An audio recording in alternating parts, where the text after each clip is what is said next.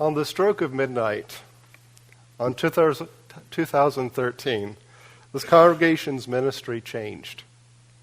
You might not have noticed it as you welcomed in the new year, sipping champagne, embracing loved ones, watching the ball fall in Times Square, but the relationship between us, the relationship between minister and congregation, changed dramatically during that time.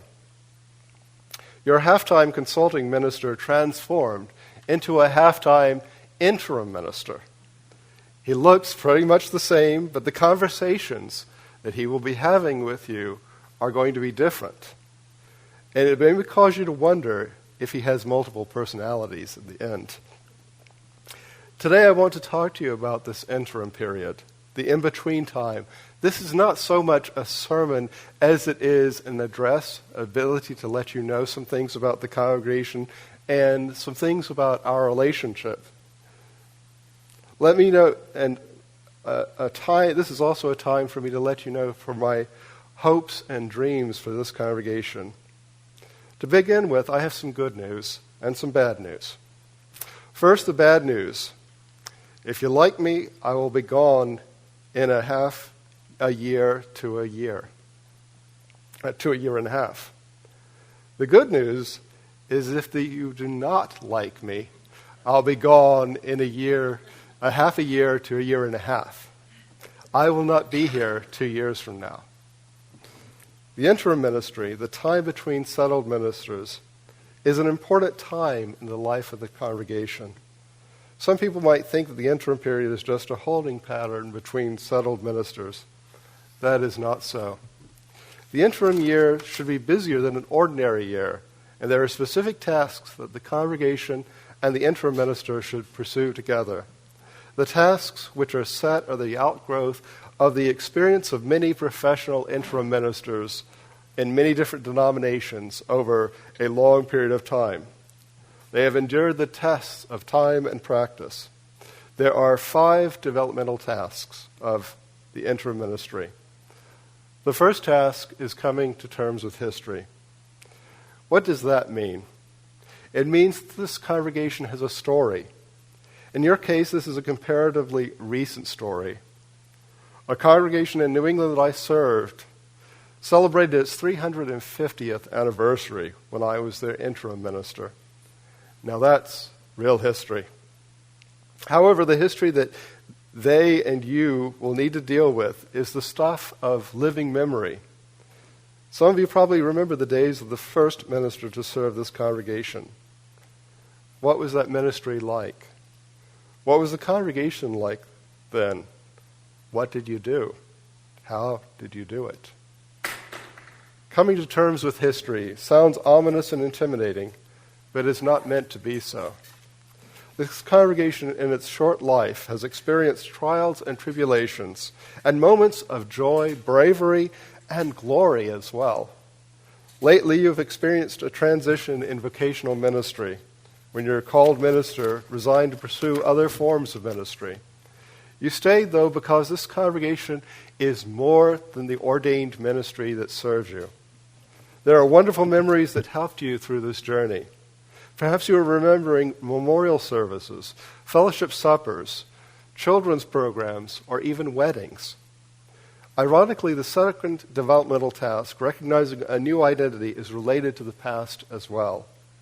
Often when people are participants in community, they recall the past, even the recent past, and define themselves accordingly.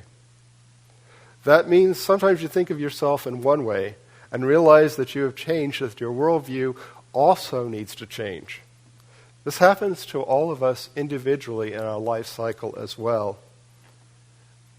It happened to me about 15 years ago. I saw a picture of myself marching in a congregational parade that was in a local town where I served the congregation. I saw the picture of myself and noticed that my hairline had shifted further back and that I had put on a few extra pounds. After looking at the photo, I turned to a friend and asked, "When did I become middle-aged, and why didn't you tell me?" something to think about, Chris, as you're heading into this. I wanted to know the exact moment that I changed from a thin young man to the person I saw in the picture. I was a different person. How did that happen? That is what recognizing a new identity is like. How has this congregation changed? What is different about the present and past church? Is your identity then what it is now? Taking a good look at yourself can help you understand how others see you and also enable you to envision change and growth that comes with change. The third developmental task is new points of leadership. This is one of those things that happens naturally in most congregations during the interim period. Some people step forward to take on leadership roles, and some people step back from leadership positions. Maybe you felt that you needed to stay as chair of a committee during this time because you wanted to work with a minister and feel that the time is ripe to let another member of the committee take on new responsibilities. Maybe you are waiting for circumstances to change before stepping up. The in-between time is a good time for these types of changes to occur. Indeed, many of them have already happened, and they always do. The fourth developmental task is reconnecting with the denomination. For my part, my piece to share with you is that the Unitarian Universalist ministerial norms, so you'll know how to interact differently with your next minister. When I share with you that something that the congregation is doing is different, in committee meetings, in the board meeting, in the hallway, don't assume that means wrong. Different just means that, different. And it's all right. We affirm difference. That's who we are. We Unitarian Universalists don't want everybody to be identical in belief or race or any other categorization. We respect and affirm difference. We affirm the right of every congregation to have its own identity and different ways to accomplish its own ministry. Another way that we will be connecting with the denomination during this interim period is also talking about the liberal religious heritage. It's the story of our religious movement's birth and evolution. Our history tells us where we have been as a movement and the reasons we are who we are. The fifth developmental task in interim ministry is new directions in ministry. After you've taken a look at who you were and who you actually are, you might decide that you need to pursue a different kind of ministry.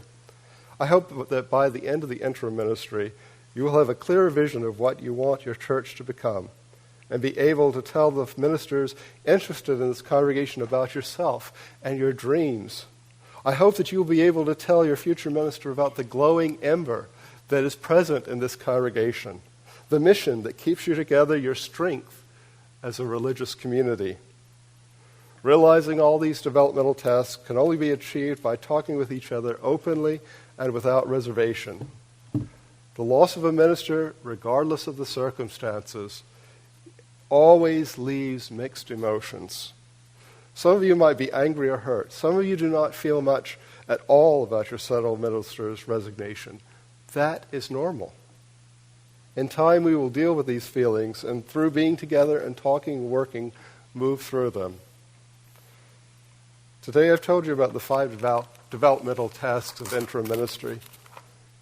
You're probably thinking, oh boy, the half-time interim minister thinks that these interim ministry tasks can be accomplished by us in 6 months. My response to that is no. At most, only 2 of these goals can be reached by June, and it is more likely that only 1 will be accomplished by then. So, why did we move from consulting ministry to interim ministry? The simple answer is that when I came into this congregation, it struck me that the congregation was not ready for another minister. Many members were grieving the departure of their beloved former minister, and I heard anxiety expressed frequently about the future, the minister, and the congregation. there was also the issue of the congregation's direction. The congregation had gone through a lot of planning for its future, but the planning was for a future with the minister that the congregation had, their settled minister. Work was worthwhile, and it needs to be revisited and perhaps retooled for the future. In order to converse about these matters, I had to work with you as an interim minister, not as a consulting minister. So you're probably wondering, why did we have the reading from John the Baptist today? The Unitarian Universalist Interim Ministry Guild has decided that John the Baptist is the patron saint of interim ministry, if we had such thing as saints. Like John the Baptist, interim ministers are present to make the way straight through the wilderness for the one who is to come. That means that interim ministers have two clients. One is the congregation, and the other is the next settled minister. This in-between time is not a period of waiting for what is to come. It is still the time to live and dream and create, as are all times. In one of his songs, and it was so appropriate that you played Imagination today, Imagine, John Lennon writes, "Life is what happens while you're busy making other plans." Life is what happens when you're busy making other plans. In our time together, we will be busy making other plans, but I hope that we will also be engaged deliberately in life, this moment, as we are engaging in planning for the future. It would be a mistake if we did not recognize that our brief time together can be meaningful, a moment to be alive and minister to each other and the world outside this religious community. I'm optimistic about our time ahead. Certainly that with much listening and patience and much hard work, this congregation will find its way through the wilderness and into the promised land with your next settled minister. You'll face the future unafraid, and you'll be ready to go. The reading by John O'Donoghue earlier said, "You are in the time of interim, where everything seems withheld. The path you took to get here has washed out. The way forward is still concealed from you. As far as you can, hold your confidence. Do not allow your confusion to squander the call which is loosening your roots in false ground, that you might come free from all you have outgrown." I think that the poet is telling us in the midst of change is also the possibility of opportunity. O'Donoghue tells us that being present in the midst of this interim time helps discern the path forward. As this is my first Sunday in the shadow of the new year with you, this service would have been given the first Sunday, but we had a little bit of snow and ice that changed our mind about that. It seems fitting, therefore, to end with John O'Donoghue's blessing for the new year. On the day when the weight deadens on your shoulders and you stumble, may the clay dance to balance you. And when your eyes freeze behind the gray window and the ghost of loss gets into you, may a flock of colors, indigo, red, green, and azure blue, come to awaken in you a meadow of delight. When the canvas frays in the boat of thought and a stain of the ocean blackens beneath you, may there come across the waters a path of yellow moonlight to bring you safely home. May the nourishment of the earth be yours. May the clarity of light be yours. May the fluency of the ocean be yours. May the protection of the ancestors be yours.